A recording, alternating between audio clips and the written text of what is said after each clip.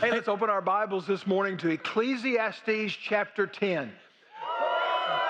We are not bringing this plane in for a landing just yet, but we're on the glide path. We're moving toward our destination. So today we're going to do chapter 10, next week a part of chapter 11, and then on the 19th, I think 2 weeks from today, I'm going to wrap up the book of Ecclesiastes with a message from chapter 12. But today, we're going to talk about an aspect of the book of Ecclesiastes which Solomon has been trying to help us with for the entire time we've been here, and that is this contrast between wisdom and foolishness. And today, Solomon is going to focus in kind of on the negative side of that, upon foolishness. In college football, you know, the transfer portal, that's a big deal. And the number one quarterback prospect out of the transfer portal this year was a young man named Brendan Sorsby, and he played at Cincinnati last year, had been on the roster at Indiana before that. And Texas Tech won the bidding war, and that's what it turned out to be. They actually outbid my Tennessee Volunteers for Brendan Sorsby to come and be their starting quarterback. So he goes to Texas Tech. He's QB1. Texas Tech, by all reports, has a really good roster for next year. Made the playoffs last year, so really set up for a successful season. And then about 10 days ago, Brendan Sorsby checks into a rehab for compulsive, addictive gambling. Now, that sent shockwaves through the Red Raider community, for sure, and through the college football community, to be honest. And then it got worse, and that is that there is an investigation as to whether or not he bet on his own team, bet on games that he was playing in when he was on the Indiana roster, when he was on the Cincinnati roster. Here's my point in that whole story. A little foolishness, a few foolish choices can blow up great opportunities. Here's a payday out in front of him. Here's a winning season out in front of him. Here's an opportunity out in front of him. And foolish choices. And by the way, I want to say this to young men in this room. Gambling is a foolish choice. They don't build those big casinos and hotels on winners. They do not. That is not the way that works. And am I saying it's sinful? I can't find a specific Bible verse to tell you it's sinful, but I can tell you this, it's not wise. And eventually it will lead you down a really bad road. And so the point this morning is simply this. Solomon points out people who make foolish choices, and he says, don't be that guy. Very simply, just don't be that guy. Solomon has been contrasting for us all along this difference between wisdom and foolishness. Wisdom leads to steadfastness, to skill, to success, and to God's favor. Foolishness leads to disorder, to hardship, to self-inflicted consequences, to confusion, frustration, and eventually to ruin. And so this morning, what I want us to zero in on through chapter 10 of Ecclesiastes is how do I not be that guy or that girl? How do I make wise choices, and what can I hold up in front of me and say, okay, here's some reasons to not make foolish choices. Now, here's the truth. None of us are 100% wise, and hopefully none of us are 100% foolish. I mean, you did make a wise choice and came to church this morning, so I'm not putting any of us in this basket over here where we're 100% foolish. But none of us are 100% wise. And all of us are capable of making a foolish, self-destructive choice. If you think you're not capable of making a choice that could destroy your life, your marriage, your family, your future, and your career, you are naive. We should all keep our guard up and realize that every single one of us has the capability of being that guy. All of us could. And so Solomon would say, heed my warning from Ecclesiastes chapter 10, verse 1. Dead flies make a perfumer's oil ferment and stink. So a little folly outweighs wisdom and honor. A wise person's heart goes to the right, but a fool's heart to the left. Even when the fool walks along the road, his heart lacks sense, and he shows everyone he is a fool. If the ruler's anger rises against you, don't leave your post, for calmness puts great offenses to rest. Here's point number one, and I have 5. Point number one is simply this: small compromises have big consequences. Small compromises have big consequences. He begins with a proverb that we actually have picked up in our modern parlance. He says, dead flies make a perfumer's oil ferment and stink. Sometimes when things are going well and all of a sudden there seems to be something around, somebody will say, there is a fly in the ointment. Some of you have heard that kind of an old saying before. Well, it comes directly from this verse. Now, when he talks about perfume, most of us think about, what I think about immediately, the image in my mind is walking into a department store and unfortunately parking at the entrance that goes through the ladies' fragrance counter. And they used to have all these ladies that would stand out there and they'd spray that stuff and want you to sniff it. And by the time I walked 50 yards through that, my sinuses were all of a sudden locked down because of so much of that. Well, perfume in the ancient world wasn't a very light vapor, sort of liquid substance that becomes a vapor. It was a very thick, oily substance. And it was made from natural ingredients, from rose petals or from flower petals that were compounded and crushed. And so just like a flower fades and rots pretty quickly, perfume spoiled very quickly, and it would spoil even faster if insects got into it. That's why Solomon says a dead fly can make the whole batch of perfume ferment and stink. He says just like one fly getting into a batch of perfume can spoil it, one foolish decision, one compromise can outweigh wisdom and honor. That's his point in verse 1. So a little folly, a little foolishness, not a lot. It doesn't take a lot. Just one foolish choice can outweigh honor and wisdom and the best choices you've made. In 1999, NASA launched a probe to the planet Mars. It was unmanned. It was called the Mars Climate Orbiter. And what it was supposed to do was go to Mars, orbit the planet, monitor the environmental conditions on Mars, and send back reports to NASA. When it got to Mars, it began to try to establish the orbit around Mars, and eventually it was sucked into the gravitational pull of Mars, into the gravity in the atmosphere, and it crashed on Mars. And they began to kind of do an autopsy, like, why did this happen? What happened? And it turned out to be one of the most infamous chapters in NASA's history. They had 2 teams of mathematicians working on all the calculations for this to make sure that they got it right. And these teams both worked independently of one another, but they were supposed to come up with exactly the same answers. That way they knew that they got it right. There was only one problem.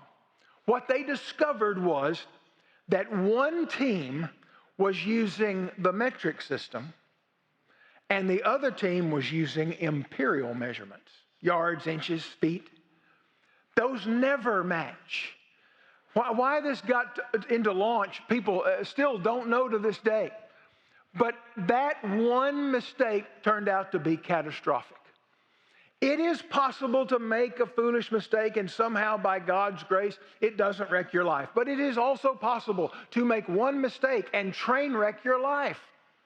It is really possible to do that. And that's why Solomon goes on to say that a wise person's heart goes to the right, but a fool's heart goes to the left. Now, that's not a political statement. I want you to understand, this is before the days of politics, all right? But in the Bible, the right-hand side is always, it absolutely always refers to that which is good and noble and pure. The left is always associated with that which is wicked and evil and anti-God and sinister. Maybe it is a political statement. I don't know. But by the way, the Latin word for left is the word we get the word sinister from. And I'm a little offended by that because I'm left-handed. But I don't know how I feel about that. But what Solomon is telling us in this passage is that small compromises can sometimes have really, really big consequences. And here's a practical example. He says, if the ruler's anger rises against you, don't leave your post. Let me put that in modern language. If your boss fusses at you, if your boss just absolutely jumps on you and tells you what a sorry employee you are and how you've messed up this project and how you've blown this whole situation at work, Solomon says, don't get mad, quit and walk out. You see, the wise person sometimes listens to that and says, okay, it might have been exaggerated, it might have been put to me in a way that I don't really like, but the truth is I did kind of mess that up. The truth is I do need to grow. You see, a wise person is teachable. The foolish person is unteachable, and what Solomon says, they quit their post. They walk out. They quit. Well, finding another job might not be as easy as you think it's going to be. And so Solomon says, put that in the category of just practical wisdom. And then Solomon turns to another area where he contrasts the foolishness and wisdom. And he says this, don't push yourself into leadership. Let the Lord promote you. Don't push yourself into leadership. Let the Lord promote you. Look at verse 5. There is an evil I have seen under the sun, an error proceeding from the presence of the ruler. Here it is. Here's the evil or the error. The fool is appointed to great heights, but the rich remain in lowly places. I have seen slaves on horses, but princes walking on the ground like slaves. Solomon says, here's an evil that I've seen in the world. Sometimes the wrong people are in positions of authority and leadership. If you have lived very long at all, you have figured out that is absolutely true. Sometimes the wrong people are leading. And sometimes the right people are not even on the bus, much less driving it. And so what we have to ask ourselves is I don't want to be that guy. I don't want to push myself into leadership before it is time. In James chapter 4, verse 10, James writes, humble yourself before the Lord, and he will exalt you. In 1 Peter chapter 5, verse 6, humble yourselves therefore under the mighty hand of God, so that he may exalt you at the proper time. Now, I'm talking to a group of people, and many of you have wonderful leadership potential. And I believe God wants to use you. I want to speak specifically to some of you who are younger, because I once sat in your chair to some of our college students, some of our high school students especially, that some of you, I believe God is calling, that God is moving in your life. You are going to be leaders. That's going to happen. Don't push yourself. Don't pry open doors to push yourself through to lead. Let the Lord promote you. If you will humble yourself in the sight of the Lord at the proper time, he will exalt you. He will put you in the right position. He will put you in the right place. And let me tell you something. Being in leadership is a responsibility and a burden. It is not a privilege. It is a responsibility. And what you want is to know that the Lord opened that door for you, not that you put yourself there and all of a sudden you're having to play catch up just to try to tread water in an organization. You don't want to be that person. Solomon says, I've seen the wrong people in leadership. Leadership is a matter, first of all, of character. You want to be the right person to lead. Leadership is a matter of character. Leadership is a matter of competence. You want to know enough about whatever the responsibility is in order to lead it. And that comes with experience.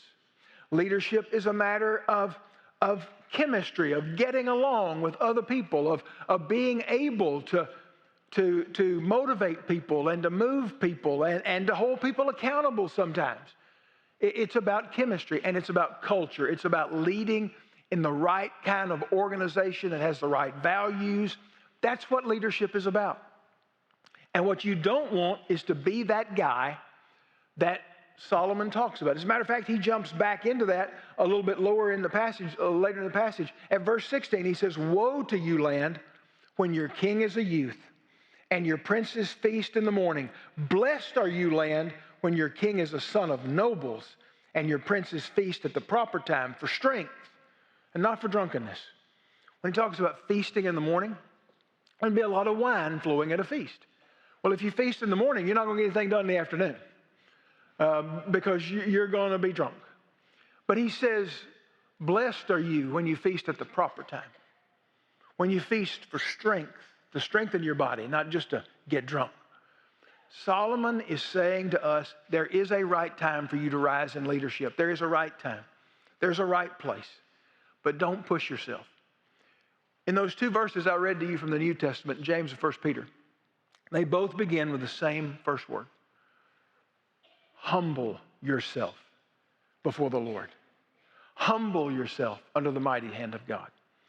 If there is anything that is missing in our culture today, it is the biblical virtue of humility. Humility is not degrading yourself and thinking that you're worthless.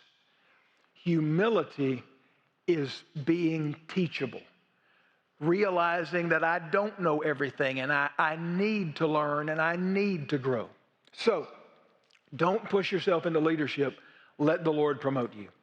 Number 3, don't just work hard, work smart. Here's another contrast between wisdom and foolishness. The first thing that Solomon would say to us is, yes, you need to work hard.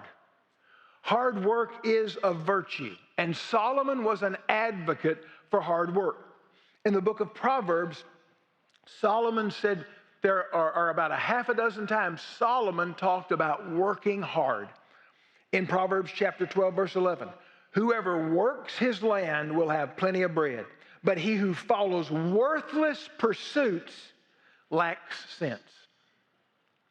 Then he says in Proverbs 14:23, all hard work brings profit, but mere talk leads only to poverty.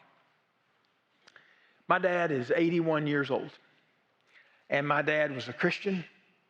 My dad, we went to church. I realize some of you didn't come from this, but there was never a question asked at our house on Saturday night, are we going to church tomorrow? That was a foreign concept to me. I didn't know people actually had that conversation because we didn't. But let me tell you the thing that I will say about my dad that I honor him for. My dad had a 10th grade education. He hated school, so he quit. In the 1950s, that would have been okay. It's not anymore, by the way. You don't do that. But the reason my dad succeeded in life is that my dad is the hardest working man I have ever known. And if there is one thing he gave me, one thing that has helped me, it is this. Nothing good comes unless you work hard. Nobody's going to give you anything. You need to learn to work hard. Now, that doesn't mean you have to work in the field like a farmer like my dad did. You don't have to do that. You can work hard being a computer technician, being an IT guy. You can work hard being a doctor, being a nurse. You can work hard being a teacher or an accountant or anything else, a plumber or a painter or an electrician. But whatever you do, work hard at it. Let me explain this to you.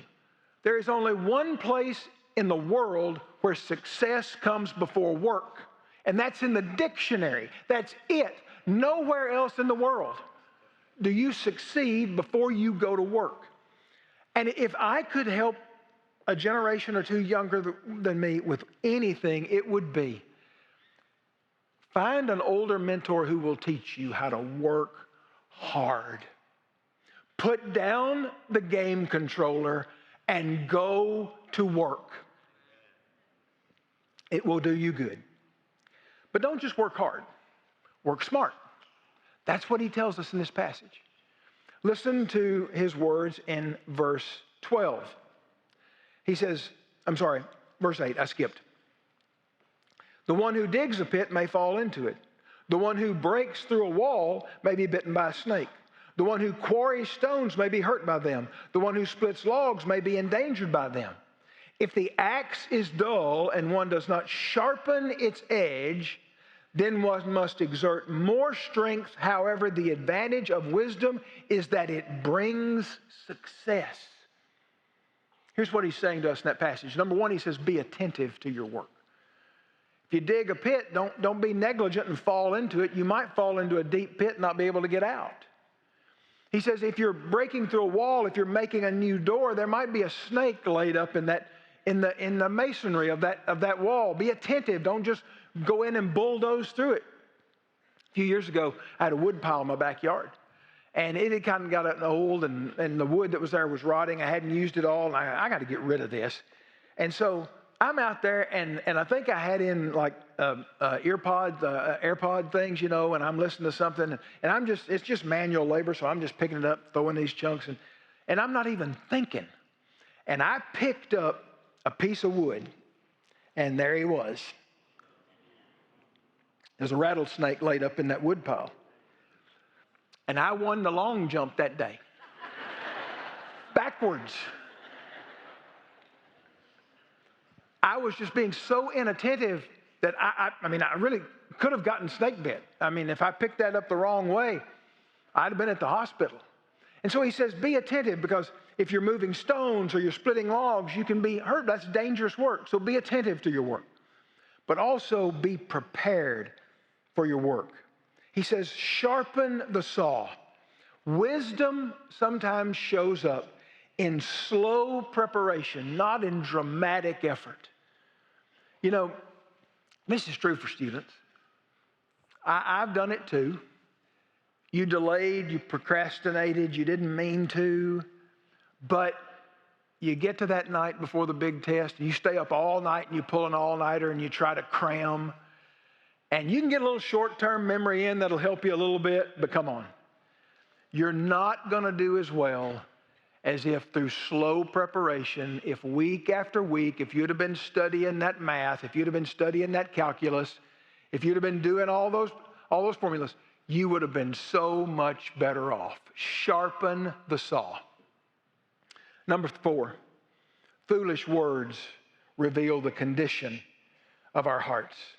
Verse 12, the words from the mouth of a wise person are gracious, but the lips of a fool consume him. The beginning of the words from his mouth is folly, but the end of his speaking is evil madness. Yet the fool multiplies words. He says, look, the words of a wise person, those are gracious words. But then he says the words of a fool actually will come back on him and consume him. And the interesting thing is that he says something here that's really compelling. He says the amazing thing about the wise person is they say their words and they stop. They know when to stop talking. The fool, on the other hand, multiplies words. They just keep talking. They're digging a hole and they keep digging deeper. Guys, if you're in an argument with your wife and you're losing, quit digging. If you're in an argument with your wife and you're winning, quit digging. Yeah, that's pretty much it. Exactly. The fool just multiplies words. But what happens is that the fool speaks and doesn't understand the weight of his words.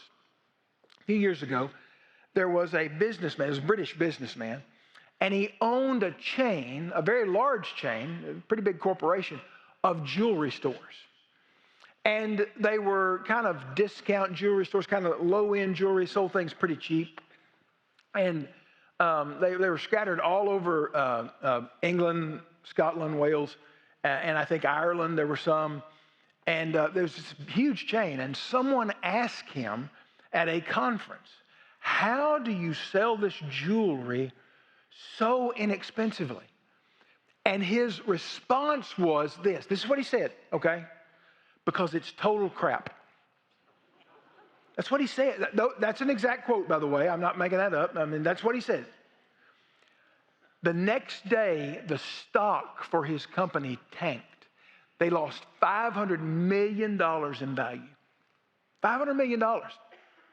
One foolish statement. One foolish statement cost him. And what I would say to you is that foolish speech leads to destruction. Saying foolish things reveals the condition of our heart. Listen to Luke chapter 6, verse 45. A good person produces good out of the good stored up in his heart. An evil person produces evil out of the evil stored up in his heart. But here's the kicker. For his mouth speaks from the overflow of his heart. What's really in your heart is what will come out.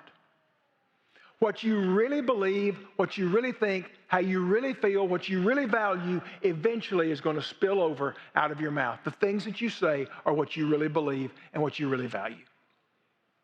And he says to us that foolish words reveal the condition of our heart. Number 5, foolish choices compound until they collapse.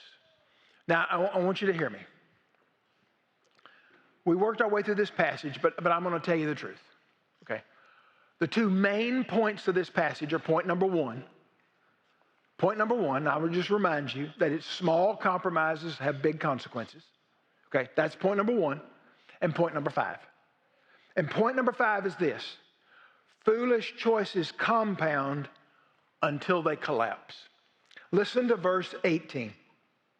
Because of laziness, the roof caves in, and because of negligent hands, the house leaks. Here's what he's saying. You're at home and the storm comes and there's a leak, and you put a bucket under it. And the wise person, the next day when the storm clouds are gone and the sun comes out, he goes up and he fixes the leak. He fixes his roof. Or if you're like me, you call someone who has the skill to fix your roof. The fool says, it's not raining anymore. It's not leaking anymore. I don't have to do anything.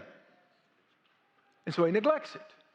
So the next time it rains, you get 2 buckets because now there are 2 leaks. But you know what? It doesn't look bad. I don't see any damage. And so I don't have to do anything. But eventually, after a few years of raining and leaking, there's rot and there's mold. And what happens eventually is it starts raining and the roof caves in. The roof did not cave in because of the one final thunderstorm. The roof caved in because of years of neglect. That's why the roof caved in. The roof caves in because of laziness. Now, that's not my evaluation. That's Solomon's. Because of laziness, the roof caves in. Because of negligent hands, you didn't fix it. I've gotten phone calls before in the course of my ministry. I'm in a panic. I need help. My marriage fell apart last night. No. Your marriage has been falling apart for years. The roof's been leaking for a long time, and you did nothing to fix it. The evidence that it's fallen apart just showed up last night. Your finances just collapsed. No, it wasn't one sudden moment that caused your finances to collapse. It was the fact that you have been renting a lifestyle on credit cards for years and living way beyond your means, and all of a sudden one catastrophe does come into your life and the evidence shows up. Your kid gets in trouble. They do sometimes. Mine could. And you say, oh man, last night my kid just went off the rails. No, no, no. Your kid's been going off the rails for a while. And you didn't parent. You were too busy with whatever else it was. The evidence just showed up last night. Because of laziness, the roof caves in. And because of negligent hands, the house leaks. Solomon says that eventually foolish choices will compound until there is a collapse. So what do? Stop making foolish choices. Now, here's the truth. I said this early, but I'm going to say it again to wrap this up. None of us are 100% foolish. You wouldn't be here. But none of us are also 100% wise. We don't make perfect choices. That's why we have something that 900 years before Jesus, Solomon didn't have. On the night when he was betrayed, Jesus was in that upper room with the disciples. And he looks over at Peter. And he says, Peter, you know how the rooster crows in the morning? Before that happens, before dawn breaks, you're going to deny that you even know me 3 times. Peter's like, I'm not going to do that. I'm on your side, Jesus. I would never do that. And we know that before the rooster crowed,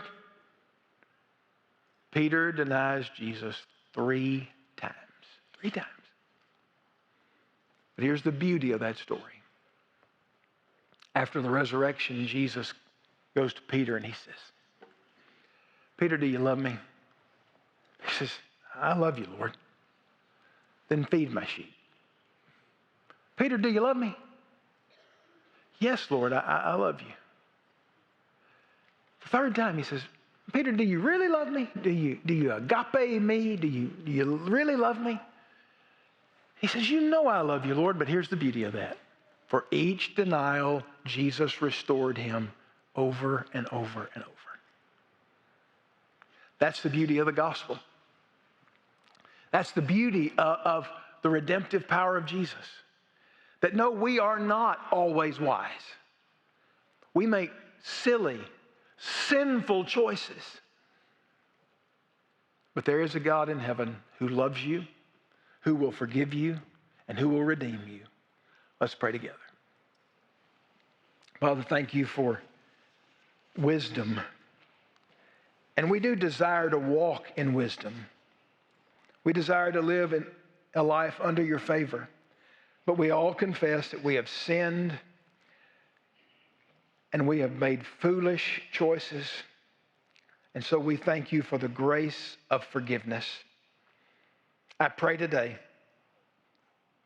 for every person in this room, for every person in East, at Shepherd or at West, that today, those of us who desperately need your forgiveness will seek it in Jesus. In his name we ask it. Amen.